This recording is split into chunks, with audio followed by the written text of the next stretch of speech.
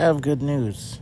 I saw Beetlejuice, a special screening XD of it last night, and I have to say that it's actually a very good sequel.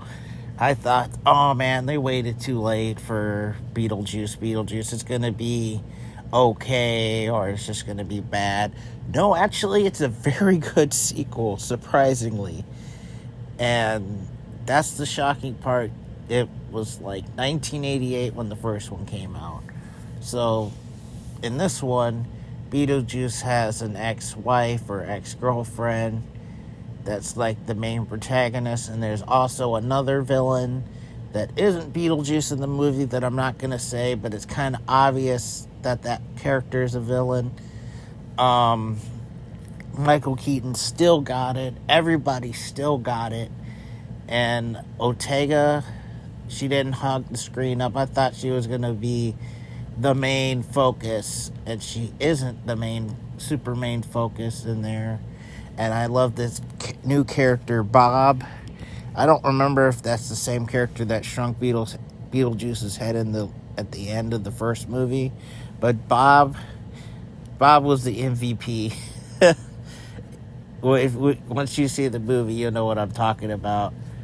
I mean, this was a very good sequel.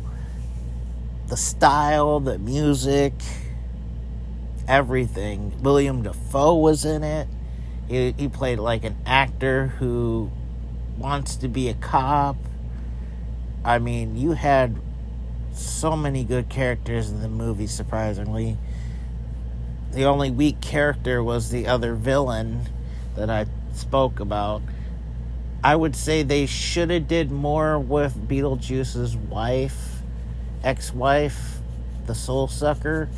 The only disappointing thing is that, and Danny DeVito was in the movie he basically had a cameo in the movie. But, overall, Beetlejuice 2 gets at least an 8 out of 10. It's not as good as the original, no, but it was a worthy sequel. It was fun. All the little dance stuff, the Soul Train, and there's another plot with Ryder's character and their daughter with the dad, and then and the boyfriend, sleazy guy who wants to marry Ryder's character. He was good. He was technically a villain too, but I wouldn't count him really as a villain. But and I like how the dad from the original movie, because he was an offender, if you know what I mean. So they killed his character off, but they still sort of used his character in the movie in a way that I like.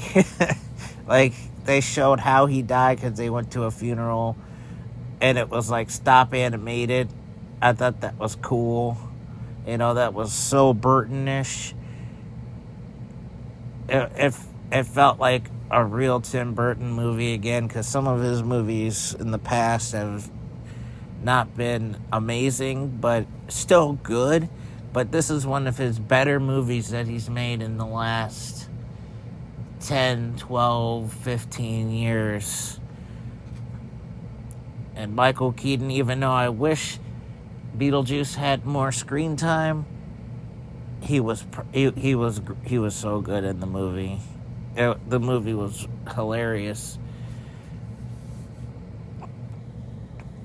So I would give it an 8 out of 10.